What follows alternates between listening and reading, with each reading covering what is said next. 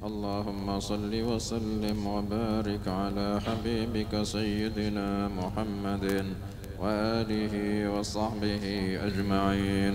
نويت التعليم والتعلم والنفع والانتفاع والتذكير والتذكر والحث على التمسك بكتاب الله وبسنة رسول الله صلى الله عليه وآله وسلم، والدعوة إلى الله والأمر بالمعروف والنهي عن المنكر ابتغاء مرضات الله وثوابه وفضله. أما بعد.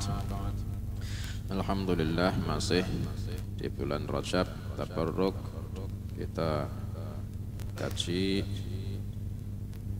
bab Isra wa Mi'raju Sayyidina Rasulullah sallallahu alaihi wa alihi wasallam.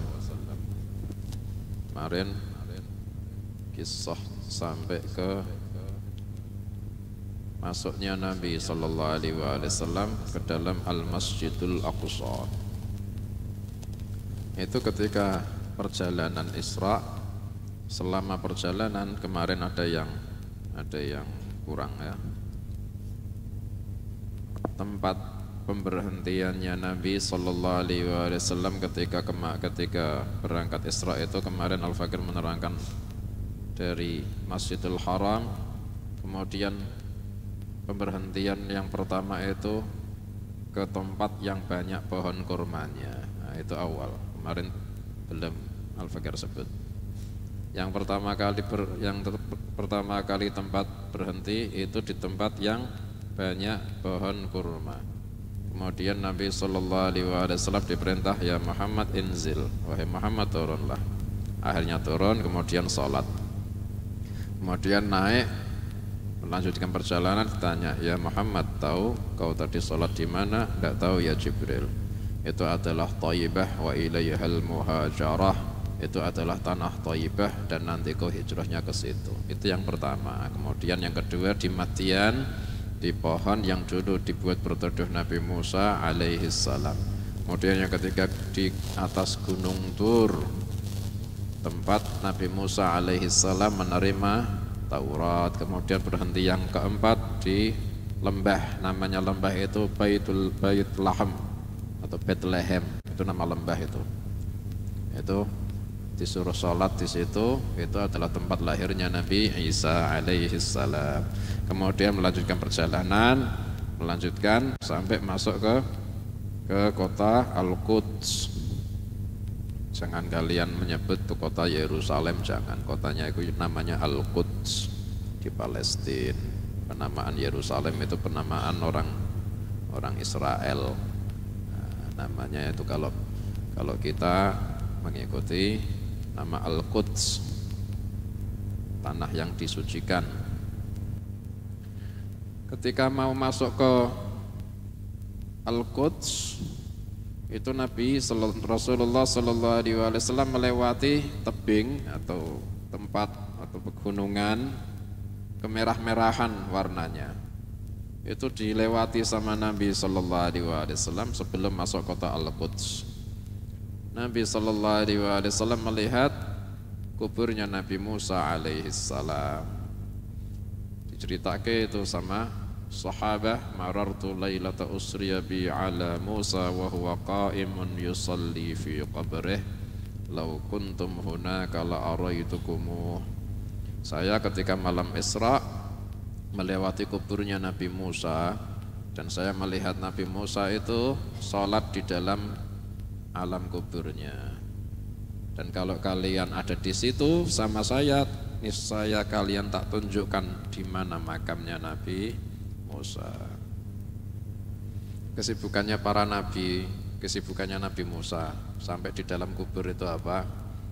Sholat, masya Allah. Nabi sallallahu alaihi wasallam dalam hadis lain itu, al-anbiya'u ahya'un fi kuburihim yusallun. Para nabi itu di alam kuburnya hidup, mereka masih sholat. Walhasil orang yang sholat itulah orang yang ahya, dan orang yang tidak mau sholat itulah mayyit. Orang yang sholat itulah ahya, hidup rohnya, hidup hatinya, hidup akalnya. Dia mensyukuri sama Allah Ta'ala. Memang haknya hamba itu ya salat, nyembah sama Al-Khaliq. Kemudian masuk ke dalam kota Al-Quds. Itu ketika perjalanan, ketika sebelum masuk kota Al-Quds mengalami pemandangan, melihat pemandangan yang banyak. Pemandangan yang banyak. Visual mengalami pandangan. Ini linuriyahu min ayatina, memang betul-betul diperlihatkan sama Allah, termasuk diperlihatkan pemandangan-pemandangan aneh. Itu ketika masih perjalanan menuju kota Al-Quds. Yang pertama, Nabi sallallahu alaihi wasallam itu melihat jin ifrit yang mengejar membawa api. Kemudian diajari doa yang kalau dibaca apinya akan memukul kembali ke mukanya jin itu, terus jatuh, terus padam. Nah, kemarin sudah doanya ya kan. Itu doa itu bagus, itu dibaca, jadikan wirid harian itu doanya. A'udzu biwajhillahil karim wa bi kalimatillahit tammat allati la yujawizuhunna barrun wala fajir min syarri ma yanzilu minas sama' wa min syarri ma ya'ruju fiha wa min syarri ma dhara'a fil ard wa min syarri ma yakhruju minha wa min fitanil laili wan nahar wa min tawariqil laili wan nahar illa tariqan yadruku bi khairin ya Rahman. Catat terus jadike wirid harian setiap hari, siang sama malam. Kemudian meneruskan perjalanan, akhirnya Nabi sallallahu alaihi wasallam diperlihatkan sama Allah ada kaum itu menanam di satu hari langsung tumbuh, langsung berbuah itu yang ditanam, langsung dipanen. Padahal baru aja nanam, langsung tumbuh, langsung berbuah, langsung dipanen seketika itu. Ketika setelah dipanen kembali ada lagi buah yang barusan dipanen.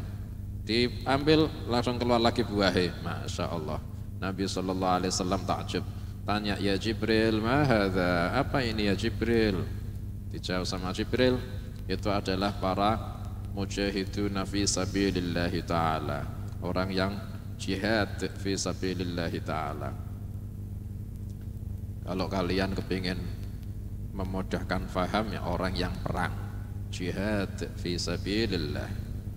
Tapi tidak cuma perang, pokok semua yang al-juhdu, mengerahkan kemampuan di dalam mengeluhurkan agama Allah, itu masuk jihad fi sabilillah. Termasuk haji, mengerahkan kemampuan, termasuk ngaji, termasuk santri, mengerahkan kemampuan. Melean, dipaksa, mengerahkan kemampuan buat murajaah, jihad fi sabilillah. Gitu. Jadi enggak cuma perang. Kemudian tudha'afu lahumul hasanah bi sab'i mi'ati dha'fin. Untuk mereka hasanah yang mereka lakukan dilipat gandakan 700 kali lipat. Wa ma anfaqu min syai'in fahuwa yukhlifuh, dan apapun yang mereka infakkan maka Allah yang menggantinya. Kemudian masih meneruskan perjalanan, akhirnya Nabi sallallahu alaihi wasallam menemukan aroma wangi, baunya harum semerbak, sampai takjub, sampai tanya, ya Jibril, ma hadhihir raihah, wahai Jibril, apa ini bau? Dijawab, hadhihi raihatu masyitati binti Fir'aun wa auladiha. Ini adalah baunya masyitah. Entah itu namanya memang masyitah atau itu adalah bahasa Arab yang punya makna profesi wanita yang jadi tukang sisir, yang jadi tukang nyisir. Soalnya Sayyidah Masyitah binti Fir'aun ini kisahnya, beliau memang juru sisirnya anak putrinya Fir'aun. Sisirnya jatuh, kemudian diambil itu bismillah ta'isa Fir'aun, bismillah semoga Fir'aun binasa. Anaknya dengar, lo kok punya Tuhan selain bapakku? Iya, Tuhanku dan Tuhannya bapakmu Allah.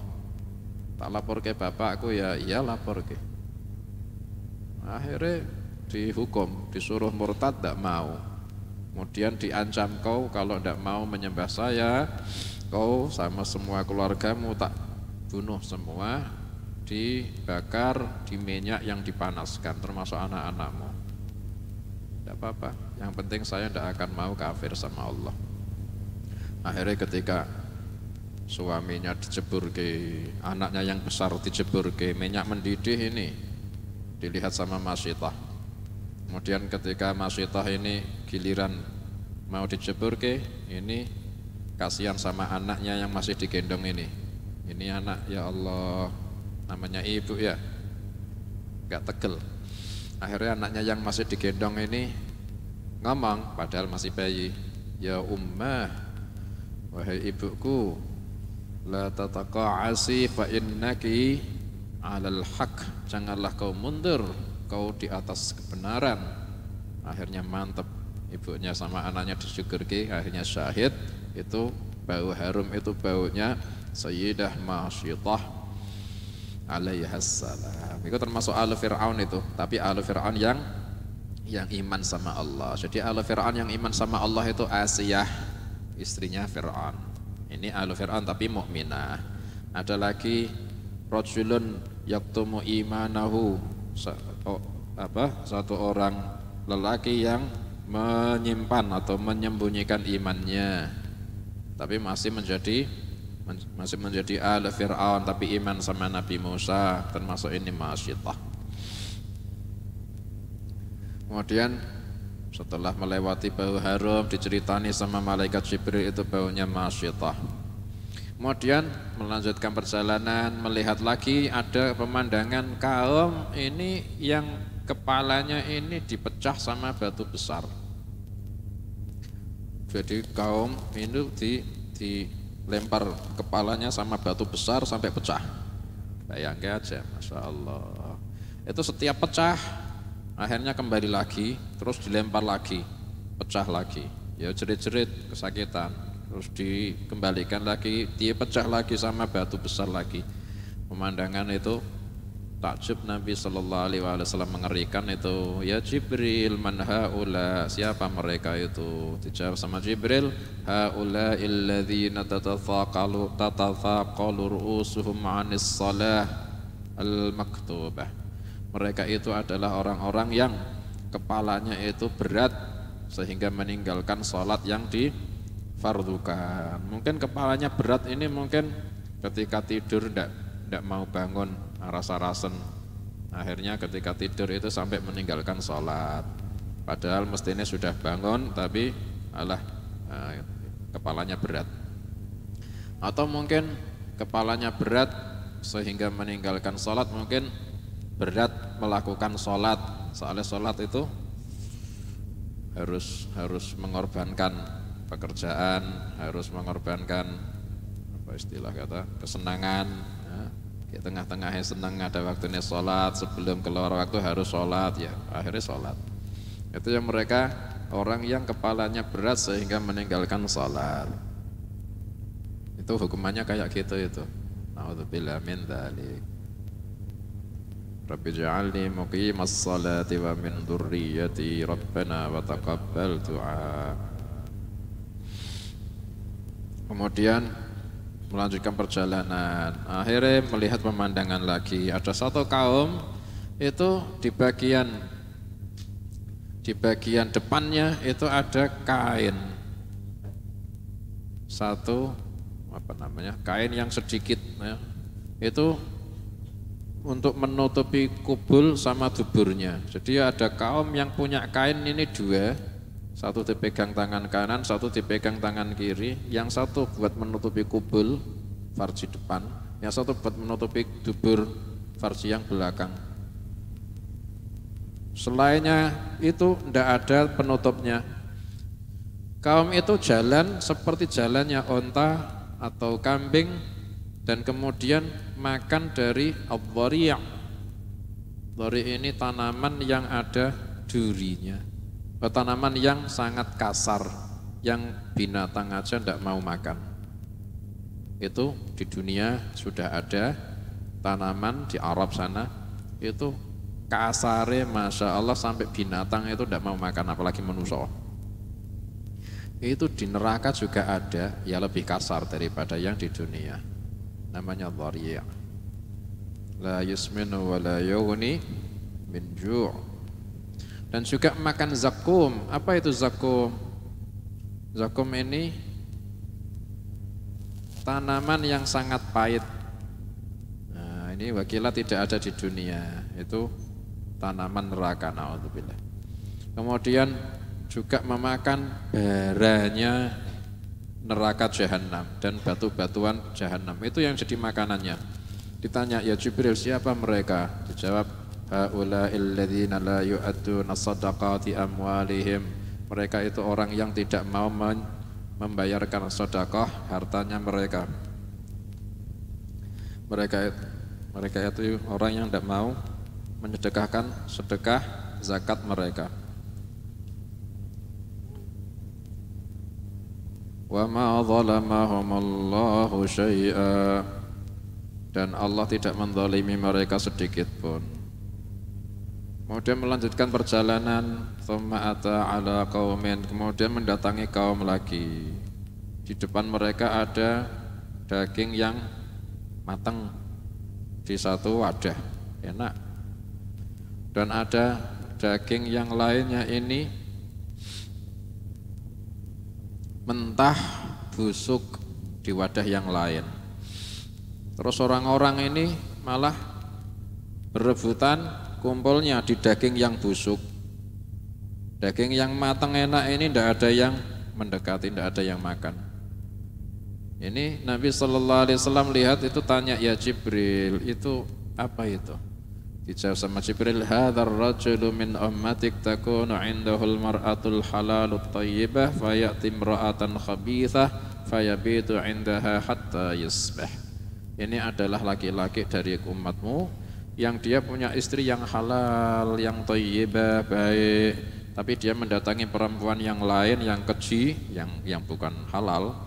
Dia bermalam di sisi perempuan yang tidak halal sampai subuh.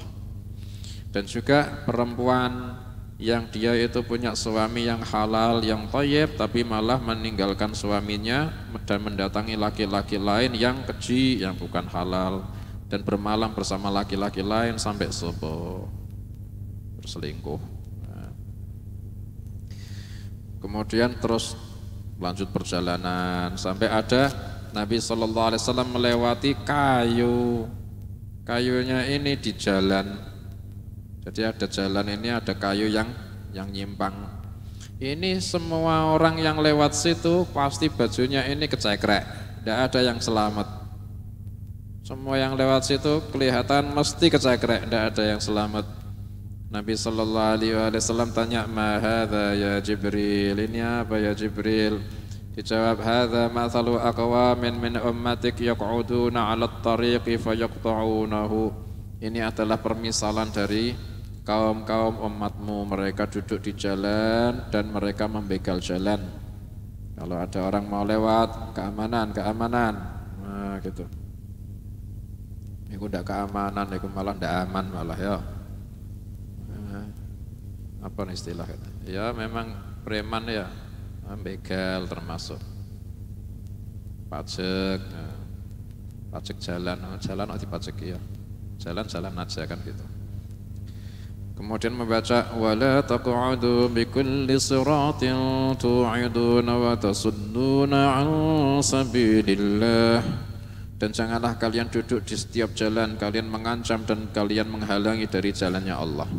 Sampai ada perempuan, sampai termasuk yang nongkrong-nongkrong ya, di jalan-jalan, di jembatan, di pucuk-pucuk jembatan, laki-laki nongkrong ada depan. Itu perempuan muslimah yang baik-baik mau lewat, ada laki-laki, ya, perempuan lewat digoda, disuit-suiti, akhirnya tidak jadi lewat. Padahal hajat, mestinya ada kepingin hajat yang dibutuhkan lewat, akhirnya tidak jadi. Itu dosa, itu tidak boleh, itu tidak boleh. Kalau kepingin tetap nongkrong harus nundukkan mata gitu. Nek kayak gitu, ya dosanya kayak gitu. Ya Allah. Wa ra'a rajulan yasbahu fi nahrin min dam. Kemudian Nabi sallallahu alaihi wasallam juga melihat orang laki-laki atau orang itu berenang di sungai darah. Kemudian mulutnya dilempari batu pas mulute. Kemudian ditanya, ya Jibril, apa ini? Dijawab, hadza mathalu akilir riba. Ini adalah permisalan orang yang makan riba. Kemudian melihat ada orang mengumpulkan kayu bakar, ditaruh di punggungnya sampai banyak itu kayu bakarnya, sampai dia tidak kuat untuk memikul, tidak kuat lagi memikul sampai kebruan. Tapi nggak kuat sampai kebruan itu masih menambahi lagi kayu bakar di punggungnya. Padahal nggak kuat tapi masih nambahi lagi bebannya. Ditanya, ini apa ya Jibril? Dijawab, hadzal rajul min ummatik takunu indahu amanatun nasi la yaqdiru ala adaiha. Ini adalah orang yang dari umatmu, dia punya amanahnya orang-orang yang dia tidak mampu untuk menyerahkan amanah. Wa yuridu ayyatahammala 'alaiha, tapi dia masih ingin menanggung amanah padahal tidak mampu menunaikan amanah. Nah, permisalannya kayak gitu. Kemudian melihat lagi ada kaum mulutnya itu digunting dari gunting yang dari besi. Kemudian setiap sudah tergunting kembali lagi keluar mulutnya digunting lagi. Nabi sallallahu alaihi wasallam tanya, ya man haula'i ya Jibril, siapa mereka itu? Dijawab, haula'i khutaba'ul fitnah, khutaba'u ummatik yaquluna ma la yaf'alun. Mereka itu para ahli khutbah fitnah, mereka para ahli khutbahnya umatmu, mereka mengucapkan apa yang mereka tidak lakukan. Merintah-merintah tapi mereka tidak mau melakukan, melarang tapi malah mereka mengerjakan. Kemudian Nabi sallallahu alaihi wasallam melihat lagi ada kaum punya kuku dari tembaga. Kemudian mencakar wajah-wajahnya dan dadanya dicakari sendiri. Nabi sallallahu alaihi wasallam tanya, siapa mereka ya Jibril? Dijawab, mereka ini orang yang memakan dagingnya orang-orang. Dan mereka ini yang menjatuhkan martabat kehormatan mereka, yakni ngomong ke orang lain. Ghibah, hukumannya ghibah, itu nanti dia punya kuku dari tembaga, tapi dibuat nyakari wajahnya sendiri sama dagingnya sendiri. Ya Allah, kayak orang nek gatel ya, tapi nek gatel kan kuku, ya kan, enak ya gatel dikukur sama kuku.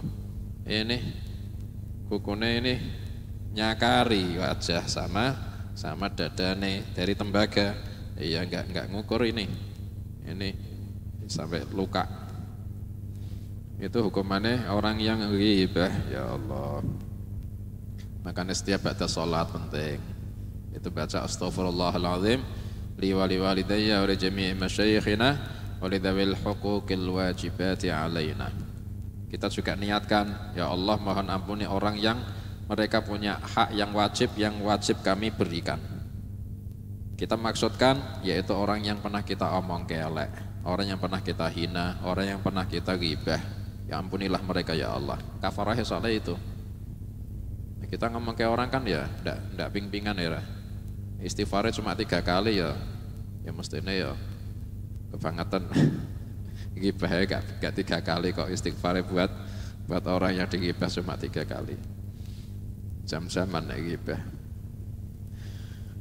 Ya Allah, sampai dibuat acara TV apa cek recheck apa gosip sampai dibuat acara. Subhanallah. Isinya apa? Orang membawa acara, masya Allah, digaji, kasih ke anak bojone, hasil pembawa acara gosip, la haula wala quwata illa billah. Terus ditonton banyak orang. Ya itulah. Ya Allah, akhir zaman. Kemudian ada Nabi sallallahu alaihi wasallam melihat ada lubang kecil, tapi dari lubang kecil itu keluar sapi yang gemuk besar. Kemudian setelah keluar kembali kepingin masuk lagi ke lubang yang kecil, ya tidak bisa. Nah, itu Nabi sallallahu alaihi wasallam tanya, ya ma hadza ya Jibril, apa ini ya Jibril? Dijawab, hadzal rajul min ummatik yatakallamu bil kalimatil azimah thumma yandam 'alaiha fala yastati'u ay yaruddaha. Ini adalah orang dari umatmu yang berbicara kalimat yang agung, gosip-gosip, kalimat-kalimat, ngerasan-ngerasan yang agung. Kalimat yang agung yang kita tidak menyangka kalau itu agung. Wa tahsabunahu hayyinan wa huwa 'indallahi 'azim. Kalian kira itu omongan remeh padahal di sisi Allah itu agung. Itu setelah ngomong menyesal, akhirnya tidak mampu lagi mengembalikan omongannya. Sudah keluar dari mulut, gimana caranya omongan mau dikembalikan lagi? Gelo kok, ya gak bisa, sudah keluar omongan ya sudah. Subhanallah ya, dengan setiap hadir di majelis gong sinagong, entah di mana wes, hatta di terase rumah jenengan. Setelah itu masuk, jenengan angen-angen pembicaraan itu biasanya ada pembicaraan yang digeloni napa mboten. Andai kan tadi ndak tak ucap ya, mesti kan itu memang kita tidak bisa mengembalikan omongan yang sudah keluar. Orang kalau bisa menyaring apa yang mau dia omong, disaring di otak atau hati, ini baik apa enggak, itu orang yang paling selamat fid dunya wal akhirah. Orang yang paling enggak punya masalah fid dunya wal akhirah. Disaring. Saringnya pertama, ini baik apa buruk, atau dosa apa enggak? Enggak dosa kok, ya enggak dosa. Tempatnya ini tempat yang tepat apa enggak ngomong kayak gini? Tempatnya sudah betul, ya. Orang yang kau omongi, orang yang betul apa enggak kau ngomongi gitu? Orangnya sudah tepat, ya. Ada kemaslahatan apa enggak ada? Apa yang ada kemadharatan? Enggak ada kemadharatan, ya. Maslahatan, iya. Baru diomong. Dan kalau itu saringan kok dipakai 10 kalimat yang ada di otak, kalau pakai saringan tadi mungkin yang keluar cuma 1 atau tidak ada. Terus dia kok betul-betul ngamal ke itu selamat, paling tidak punya masalah dia. Soalnya masalahnya orang biasanya dari apa? Dari ini, apalagi sampai orang masuk neraka itu, wahal yukabbun nasu ala wujuhihim fi nari jahannam illa hasaitu alsinatihim. Orang dijerembabke ke dalam neraka jahanam mukanya duluan. Itu sebab apa? Panennya lesannya masing-masing.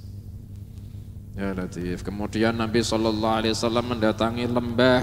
Kemudian di situ ada bau harum, sejuk seperti baunya misik. Kemudian mendengar suara-suara, suaranya indah, bagus. Nabi SAW tanya, ya Jibril, ma hadza? Apa ini ya Jibril? Dijawab, hadza sautul jannah, ini suara surga. Masya Allah, ada suaranya surga. Surga ini berkata, ya Rabbi itini bima wa'adtani, ya Allah mohon berikan janjimu yang sudah kau janjikan untukku. Sudah banyak kamar-kamarku, sudah banyak sutra-sutraku, sutra yang tebal, sutra yang tipis, sudah banyak ranjangku, sudah banyak sutra-sutraku, lu'lu'ku, marjanku, perakku, emasku, gelasku, piringku, kendiku, marakibi, tungganganku, maduku, airku, susuku, khamarku, sudah penuh ya Allah. Dijawab sama Allah, laki kullu muslimin wa muslimah wa mu'minin wa mu'minah. Untukmu wahai surga, setiap orang muslim, muslimah, mukmin, mukminah, wa man amana bi wa bi rusuli, semua orang yang iman sama aku kata Allah, dan semua utusan-utusanku, yang iman sama semua utusan-utusanku, dan dia amalnya saleh dan tidak syirik kepadaku dan tidak menjadikan selainku saingan-saingan, dan siapa yang takut kepadaku maka dia aman Dan siapa yang minta kepadaku pasti tak kasih. Siapa yang menghutangiku pasti tak balas. Maksudnya menghutangiku itu kinayah, maksud sedekah. Allah menggunakan kalimat hutang soalnya mentakbirkan mesti dijoli. Sampai mirip kayak orang yang utang.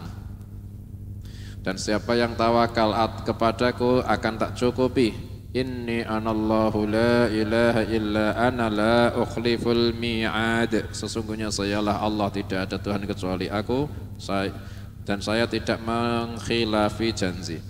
Wa qad aflahal mu'minun, dan sungguh beruntung orang mukmin. Wa tabarakallahu ahsanul khaliqin, maha barakah Allah, paling baiknya pencipta. Surga jawab, qad raditu, saya ridha ya Allah. Kemudian mendatangi lagi Nabi Sallallahu Alaihi Wasallam satu lembah, kemudian mendengar suara yang buruk, suaranya itu, baunya itu busuk. Nabi Sallallahu Alaihi Wasallam tanya, "Ma hadza ya Jibril?" Dijawab, "Hadza sautu jahannam, ini suara jahannam."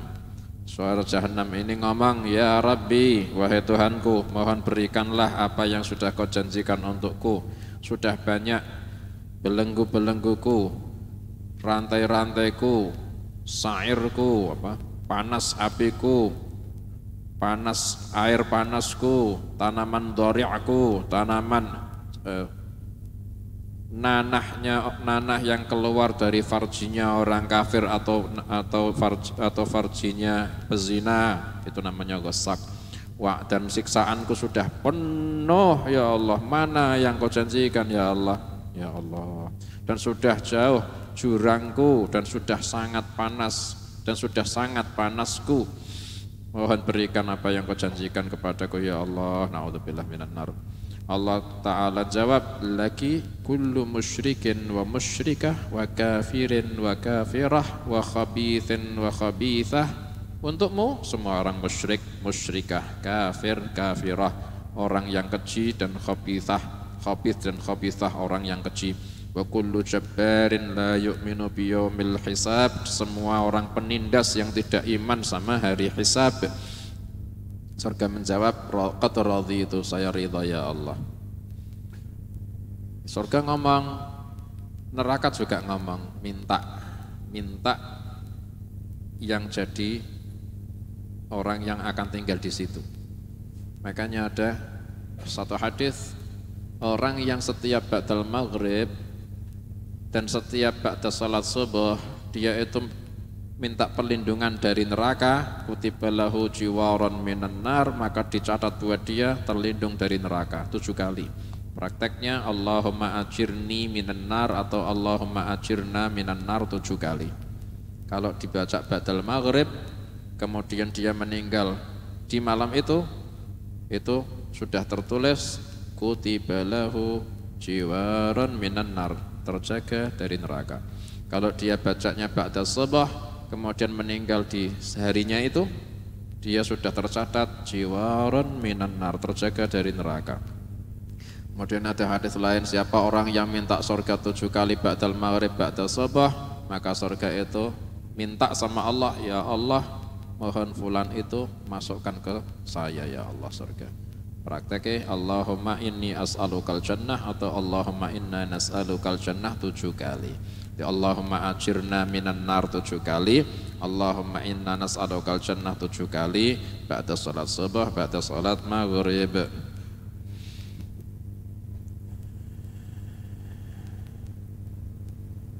Bahkan malaikat dalam riwayat yang lain setiap hari itu mendengarkan seksama semua omongannya anak Adam.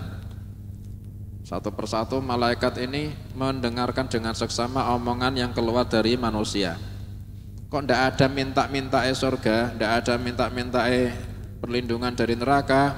Malaikat ini mengatakan awfalul azimatain, dia sudah melupakan 2 hal agung, yaitu surga sama neraka. Baru kalau dia itu manusianya minta surga atau berlindung dari neraka, nah itu dia ingat sama 2 hal agung. Kemudian jalan lagi sampai mendatangi Baitul Maqdis. Kemudian kisahnya seperti yang sudah kemarin. Sholat 2 rakaat bersama malaikat Jibril. Setelah sholat 2 rakaat di dalam masjid, kok ndak ada kisah wudu ya? Dengan angan-angan ngoten mboten. Kan ketika berangkat kan bangun tidur, kemudian naik buruk, kemudian sampai Masjidil Aqsa, ceritanya kok langsung masuk masjid kemudian sholat, kok ndak wudu ya? Ya mesti ini semua sholat itu mesti wudu. Al-wudu miftahus salah, at-taharatu miftahus salah. Pasti wudu. Ya nisbati wudu ya ndak usah diceritakan kan maklum.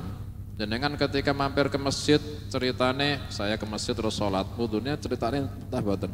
Juga mboten kan. Nah, tapi kan maklum mesti mau sholat berarti ya wudu. Mestinya gitu. Wallah alam. Tapi atau mungkin juga tidurnya Rasulullah sallallahu alaihi wasallam ndak batal ke wudu.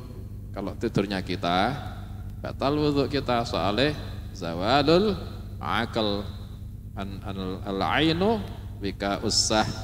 Tapi kalau wudunya Rasulullah kalau tidurnya Rasulullah sallallahu alaihi wasallam ini akalnya masih berfungsi meskipun tidur. Makanya mimpinya Nabi itu nyata dan tidurnya Nabi sallallahu alaihi wasallam tidak membatalkan wudu. Kalau misal kok tidak wudu ya member tidak batal. Tadi tidurnya Nabi sallallahu alaihi wasallam tidak batal ke wudu khususnya. Wallahu a'lam. Insyaallah kita lanjut di pertemuan yang akan datang, mudah-mudahan panjang umur. Allah manfa'na bima 'allamtana wa 'allimna ma yanfa'una. Allahumma ati anfusana taqwaha wa zakkiha anta khairu man zakkaha anta waliyuha maulaha wa sallallahu ala sayyidina Muhammadin wa alihi wa sahbihi wa sallam. Alhamdulillahirabbil alamin.